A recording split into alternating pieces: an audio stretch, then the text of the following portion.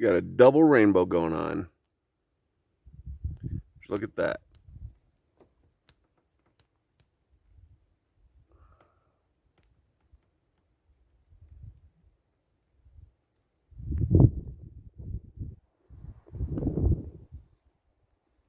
That's pretty damn neat. Look like it just got a little more intense.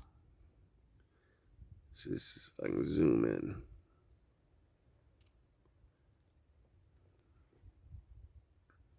You can see the double rainbow there.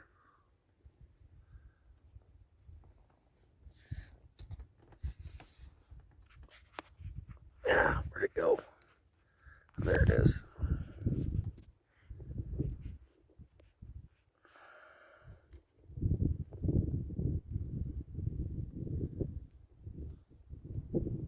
And there's the double over there. So neat. I love Arizona. And they say Arizona is just a big, dry, brown desert.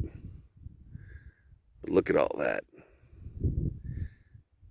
On the ride to Sholo, there was just rolling fields covered in green and these yellow flowers everywhere. It was beautiful.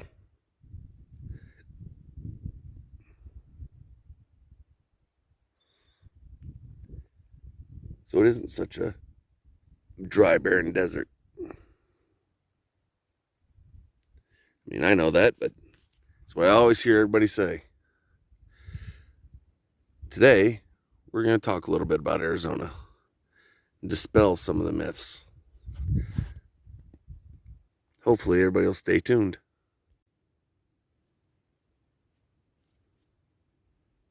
So I've moved the camper. This is its new location. I've yet to open the doors and see if anything got thrown around, but I'll be doing that shortly. Just wanted to show the new location. So today, I thought I'd talk a little bit about what's going on, and then, out here, and then basically talk about Arizona. There's so many misconceptions about it. But first we'll start with, so I moved the camper, and you can see these trees behind me. They're not on my property, which is a shame because there's a nice open spot back there. It'd be a great place to put down some brick and some chairs. I got that idea from another YouTuber after visiting her place. She has a little place like that called the Grotto, and I think it would be an awesome idea, and I loved it in her little place. So I'd like to do it here. Maybe eventually I can buy this property and I can do it. If not, over this way, there's a couple of trees that looks like I could do something similar to. Just not quite as big and shady. But right there, running right past my chair and up, is the property line. I went and got the county GIS and staked it all out. So that way I know where it's at. Let's see if I'm moving this closer maybe.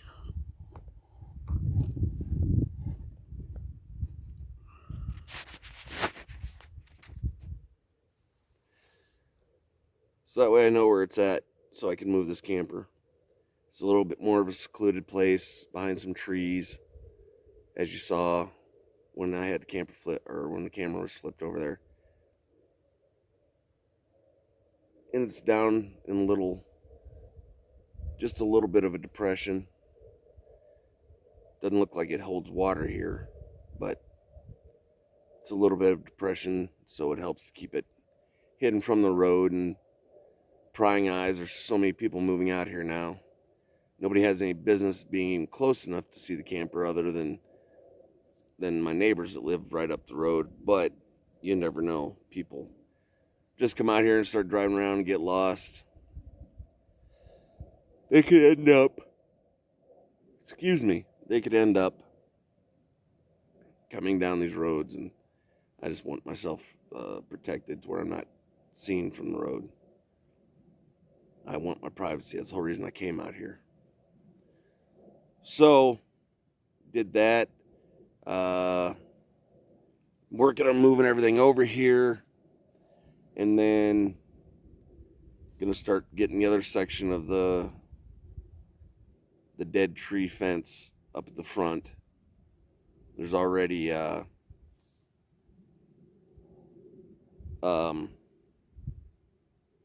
sign posted and everything, as you'd seen, and nobody really has any business coming up that little 2-track, but again, someone can get lost. The 2-track does continue on past my place, but it hasn't been driven on in a few years, if not more. So it's largely grown over. There's trees growing up into it, small trees, but there's still trees growing up, weeds, grass, cactus, everything else. So basically, the only part 2-track that's noticeable comes and turns right into my drive. That's it. That's the only place it goes. So nobody has any business up there. Other than that, let's get on to the talking about Arizona. One of the biggest misconceptions I hear is people say, "Oh, Arizona, that's just a dry, hot desert." Well, okay, we have a desert, but the whole state isn't a desert. We have ski resorts, 12,000-foot peaks. Where I'm at now, and my property is sitting at between 6,000 and 6,500 feet. The front of it's 6,500 feet. Where I'm sitting now, I don't know exactly where it's at. It slopes down, so it is not quite as high. And we do get snow up here. We get blizzards up here. There can be several foot of snow drop overnight up here. It isn't just a dry, hot desert. The monsoons have been really heavy this year, the heaviest in years. And we've had our roads flooded. I found a low spot on my property off over here. It was just like a little marshland. There was so much water in it. You'd seen a picture or a little snap on the last video. I'd filmed a mud puddle in the middle of the road that was filled with tadpoles because it stayed full of water for so long that they were able to breed, lay their eggs, and became tadpoles. And by now they're frogs and they're gone. So it is not just one big desert. We also have the largest continuous stand of ponderosa forests in the world. And some of them are very, very large. I've got pictures of me standing next to them, and you can't even tell that I'm there. Or you can tell, excuse me. If I hid behind it, you wouldn't even know I was there. They're huge, huge trees. We do have the Snoring Desert, which has got the big saguaro cactus. But it is the wettest desert in the world. It is just barely below the point of being a desert. Any more rain, moisture, then it would no longer be considered a desert. Everything blooms. It gets really green. It's really beautiful down here. The biodiversity of Arizona is also one of the largest in the world. All the plants, animals, and insects we have here is crazy. Just the diversity of it. Which I used to be a reptile keeper at the zoo, so I'm very into reptiles. There is more species of rattlesnake found within Arizona than anywhere else in the world. Not to mention all the other species of snakes, lizards, the desert tortoises, the Gila monsters, the amphibious life, and all that we have here. Unfortunately, we don't have crocodilians, but that would be really cool. Different species of arachnids. We got so many different species of spiders, tarantulas, several species of scorpions.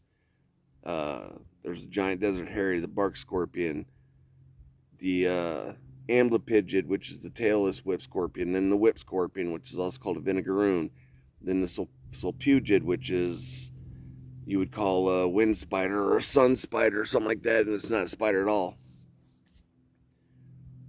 It's in the same family as like the scorpions and whatnot. We've got all that down here. Then the wildlife, there's bears, mountain lions, jaguars, jaguarundis, quadrumundis, javelinas, uh, big mountain rams, bighorn rams, river otters. I believe we have ocelots and ring-tailed cats, bobcats, coyotes, wolves, foxes, elk, a couple different species of deer, pronghorn, you name it. I believe we have or had species of oryx. So this is a very, very diverse state. This is a very diverse area. It's not just some big dry hot desert. It does get hot, but I mean, it gets hot in a lot of places. The difference is, I mean, like everybody likes to say, oh, Arizona, it's a dry heat. We literally have shirts and souvenirs and stuff to make fun of people that say that, because the people who say that are the people who come down here and end up in a hospital with heat exhaustion or death, because they just think it's a dry heat and they don't realize that it's so hot. You're still sweating. It's just evaporating out of your pores, and you don't realize that you're losing that much fluid until it's too late. So don't come down here thinking that you can't hydrate. That's where people get in trouble. Don't do it. It is dangerous. As I've said in a previous video, it is dangerous, but it's gorgeous. It's well worth the risk to live in such a diverse place with so much beauty.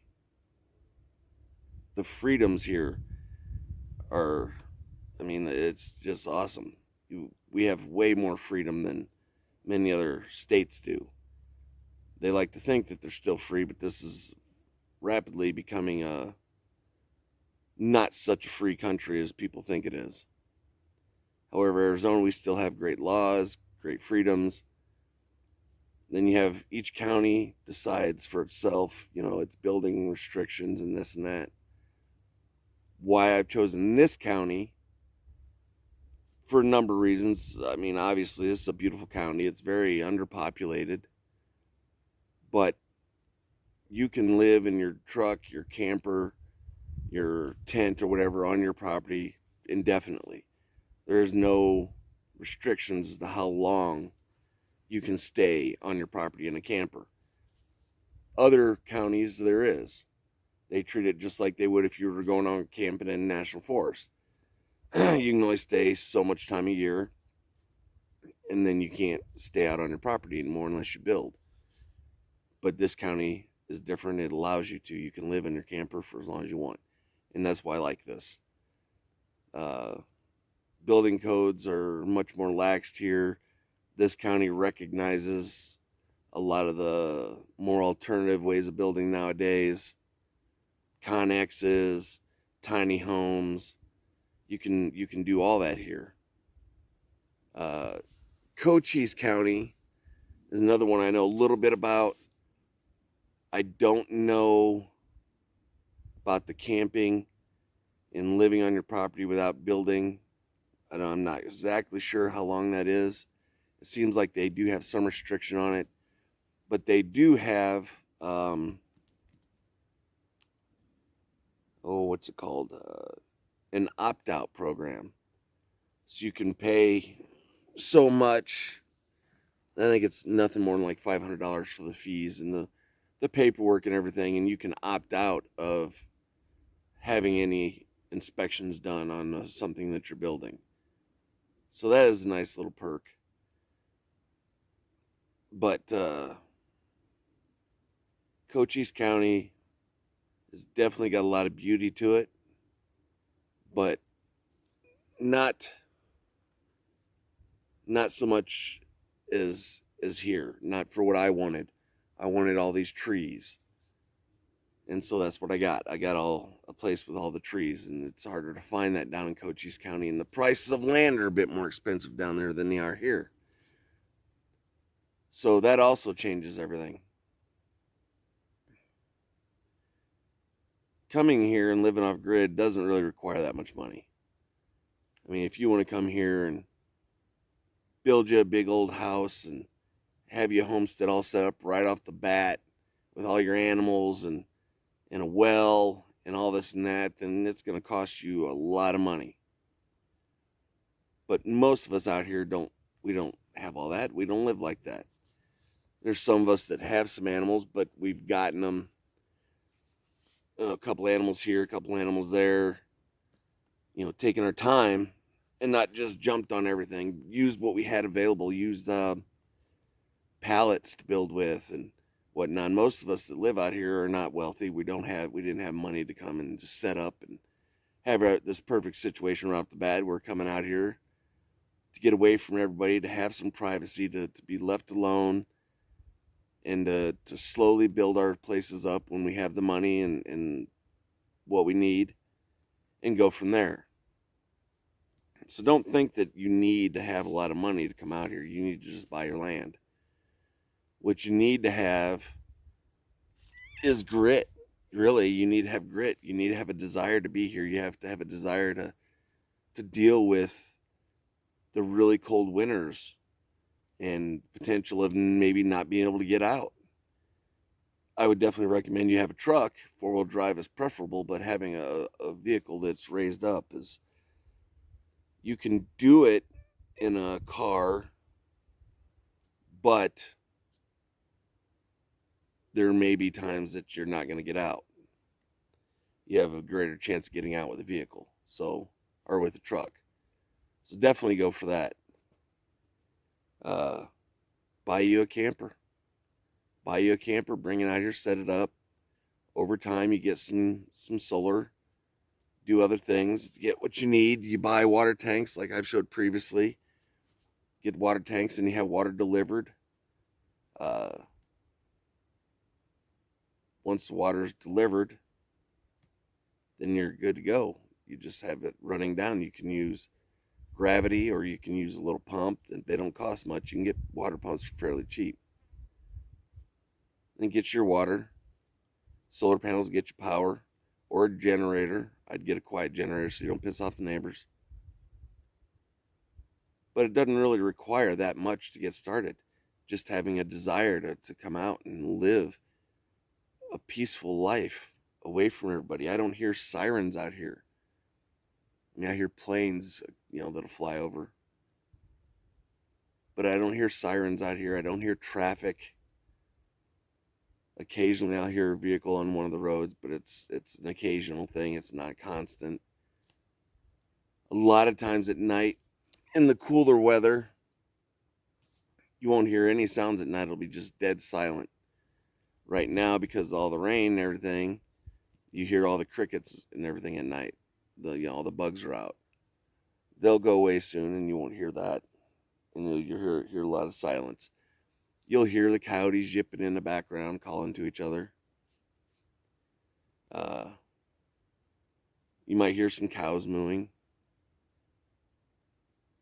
But really, you don't hear a whole lot. It's really pretty quiet and peaceful out here. And that's what I love. I don't play my music very loud at night. I don't have a stereo right now other than my vehicle, because I don't have power to my camper. In other words, I'd have that set up and have surround sound and all that good stuff. But I don't have all that right now. I just have my truck, and I don't just sit out here and blast my music loud when it's, well, not even during the day, really, except when I'm driving. But especially at night, I don't just sit here and blast my music loud.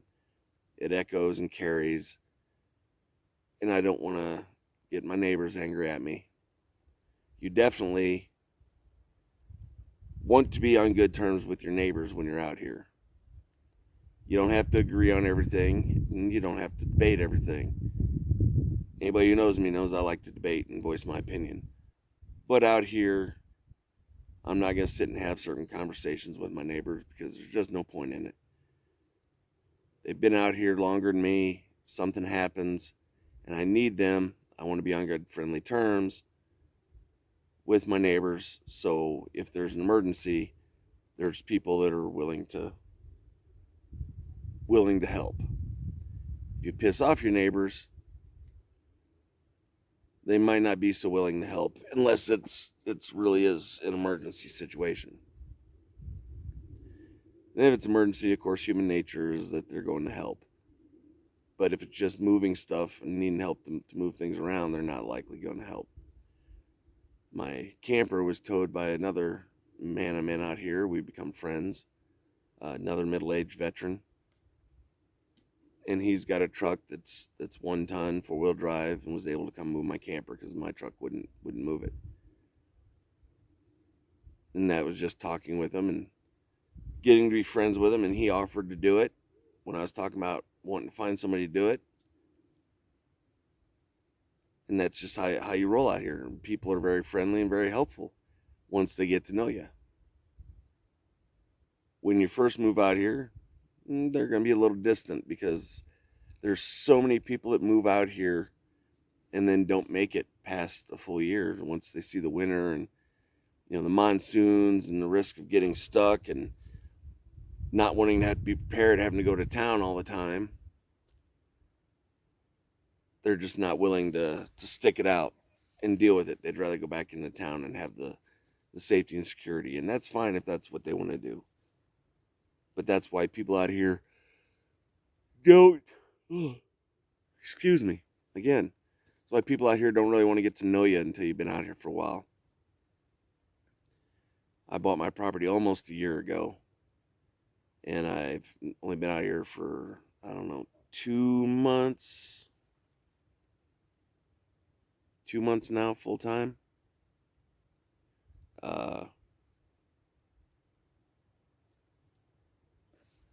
But I've gotten to talk with some of my neighbors, and after talking with them, they realize that I'm more likely to stick it out than others are. So that's why they were willing to get to know me. And if you've got that personality and that attitude, then you're probably going to get along fine right from the beginning. So anyhow, I'm kind of rambling. Thinking where I had the camper before, we might move the family over there. Just so they've got a little bit more seclusion and not in such a low area where water gathers. Not such a drive to get out when bad weather's here. So I've talked to them and see if they'd be wanting to do that. Other than that, if you're interested in the family, they're doing well. She's making burritos, and she made some stuffed green hatch chilies that they're just fantastic. She gave me some to try out as her guinea pig. She's going to sell them in St. John's and today, and she might be sitting at the farmer's market tomorrow selling them. I'm not exactly sure what her plans are. That'll really depend on how she does today. But they were really good. So she's trying to, find things to do to make a little bit of extra money. Winter is coming. The kids don't have really a lot of winter clothing. Most people, they come to Arizona, they don't think they need winter clothing. So they don't have much in the way of winter clothing. And they could definitely use some more blankets.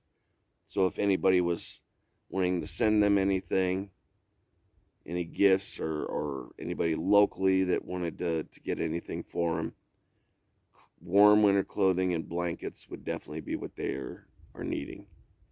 She's good for food. Right now she's good for shelter. She may have to change her shelter ideas around a little bit come wintertime, but we'll see. Now that prices of lumber and everything are dropping, I'll be building soon. And hopefully they can figure something out. I don't know if she's going to be buying her property anytime soon. She's looking and keeping an eye out for it. But I don't know if she's super anxious to go off and buy her property and be alone right now. Single mother with 5 kids is pretty tough out here. And having a man around is beneficial for the kids, for one, because obviously they need to have the the male influence in their lives, but for a lot of women, especially out here, they feel a little more secure having a man around. And that's fine. She's welcome to stay here as long as she needs to. I'm even thinking about asking if she just wants to build something out here and work towards the future of moving and getting her own land. But we'll see. Who knows? I could end up meeting a woman and getting married, and she'll be jealous and not want her out here. I have no idea. That's a bit of a stretch. Anyhow, I'm rambling on now. Just wanted to give an update on everything and talk a little bit about Arizona. If anybody has questions, feel free to ask. I love to answer any questions when it comes to Arizona. I absolutely love this state. Every time I leave, I come back. This is pretty much home to me, and I could never imagine being gone for any extended period of time, because I would miss it too much. You guys have a great day. Stay safe. Please like, share, and subscribe. Hit the bell if you want to get notified when I post new videos. And keep on living a dream, man. Just keep on living a dream. Whatever you want, go for it. Don't just sit back and say one day. Do it. Do it now, because tomorrow isn't promised. Love y'all. Bye.